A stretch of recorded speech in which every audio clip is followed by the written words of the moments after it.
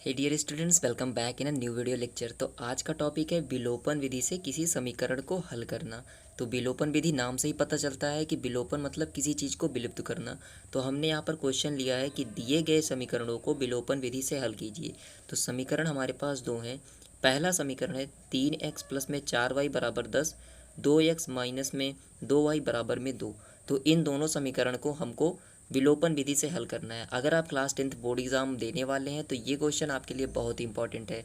और अगर आप 11th या 12th क्लास में गणित सब्जेक्ट को अपने साथ रखना चाहते हैं तो आपको ये ट्रिक ज़रूर से ज़रूर आनी चाहिए, क्योंकि आगे की जितनी भी क्लासेस होती हैं उन सब में विलोपन विधि प्रतिस्थापन विधि से समीकरणों को हल करना बहुत ही ज़रूरी हो जाता है।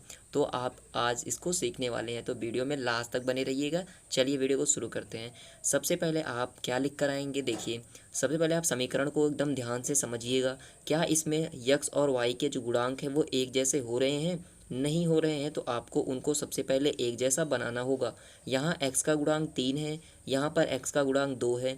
तो हम क्या करके इसको एक जैसा बना सकते हैं? अगर हम इस समीकरण में पहले वाले में 2 से गुणा कर दें और दूसरे वाले में 3 से गुणा कर दें तो ये एक जैसे हो सकते हैं। देखिए, आपको किसी भी समीकरण को अगर एक जैसा बनाना है तो ज़्यादा आपको दिमाग खर्चा करने की ज़रूरत नहीं है। आप क्या करेंगे, नीचे वाले समीकरण में जो ये पहला वाला इसका गुणांक होता है इसी से ऊपर वाले पूरे में गुणा कर दीजिएगा, और ऊपर वाले समीकरण का जो पहला वाला ये संख्या इसके गुणांक होती है इससे नीचे वाले पूरे समीकरण में गुणा कर दीजिएगा। तो इसको हल करते समय आपको क्या करना होगा, सबसे पहले आप लिखिएगा हल। उसके बाद हम लिखेंगे दिया है। उसके बाद आप दोनों समीकरणों को फिर से उतार लीजिएगा। 3x प्लस में 4y बराबर 10, इसको मानेंगे समीकरण संख्या 1। इसी तरीके से दूसरे समीकरण को भी लिखेंगे। 2x माइनस में 2y बराबर में 2, समीकरण नंबर 2। कुछ इस तरीके से। फिर उसके बाद अभी मैंने जो आपको बताया है वही चीज़ें मैं यहाँ पर लिखूँगा। समीकरण 1 में हमको नीचे वाले समीकरण का जो ये पहली संख्या है इसी से गुणा करना है।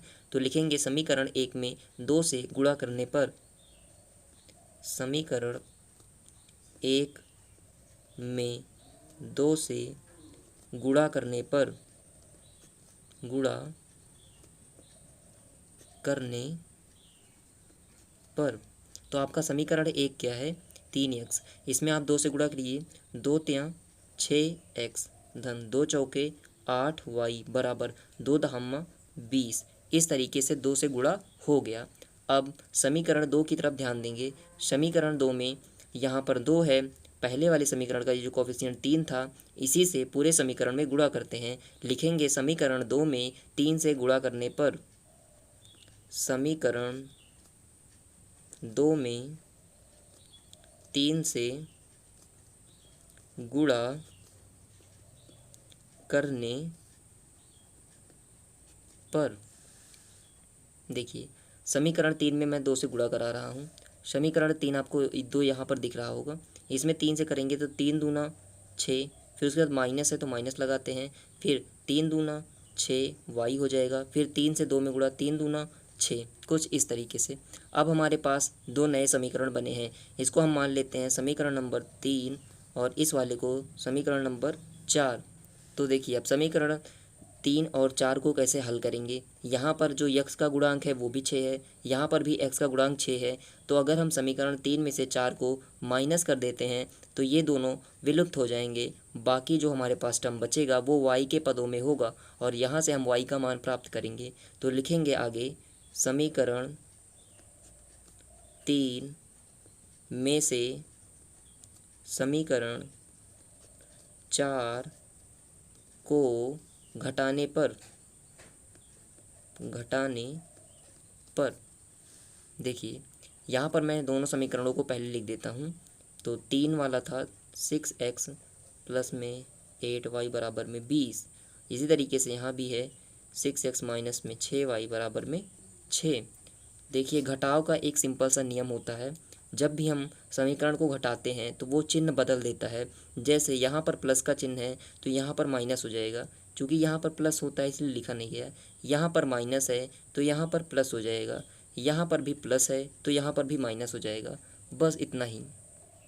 तो डियर स्टूडेंट्स, आप यहाँ पर माइनस करेंगे, 6 में से 6 गया 0, मतलब कि हम इसको काट देंगे ऐसे। फिर यहाँ पर ये चिन्ह 8, ये धन का चिन्ह है, और अभी ये 6 का जो चिन्ह है वो धन हो गया है, मतलब 8 और 6 दोनों प्लस में है, तो 8 6 14 दोनों जुड़ जाएगा और 14 हो जाएगा। यहाँ पर 20 जो है उसका चिन्ह धन है, और 6 जो है उसका चिन्ह क्या हो गया है, ऋण हो गया है, मतलब 20 में से 6 घटेगा, तो 20 में से 6 गया, हमारे पास बचेगा 14। तो y बराबर हो जाएगा 14, ये गुणे में है तो इधर आएगा, भाग में चला जाएगा, यहाँ भी 14।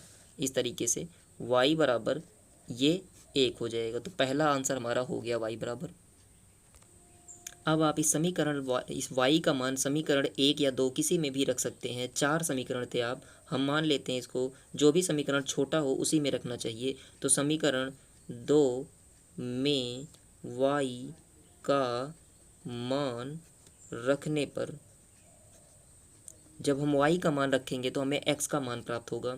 जैसे कि हमारे पास 2 समीकरण था कि 2x माइनस में 2 और गुणे में y था, और y का मान कितना है, 1 है, इसलिए हमने यहाँ पर 1 रखा, बराबर में 2 लिखा था। अब इसको हल करते हैं। देखिए 2x वैसे ही रहेगा, 2 का गुणा 1 से 2 1 के 2 बराबर में 2 हो जाएगा, 2x बराबर में, यहाँ पर 2 पहले से ही है, इस -2 को बराबर की तरफ लाएंगे तो ये +2 हो जाएगा। आगे हम लोग इसको देखेंगे, 2x बराबर में 4, यहाँ से x का मान आ जाएगा 4, ये गुणे में इधर आएगा भाग में, मतलब x बराबर में 2।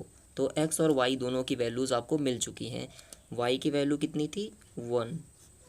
अगर वीडियो अच्छा लगा हो तो चैनल को लाइक सब्सक्राइब कीजिएगा। थैंक्स। तो मिलते हैं नेक्स्ट वीडियो।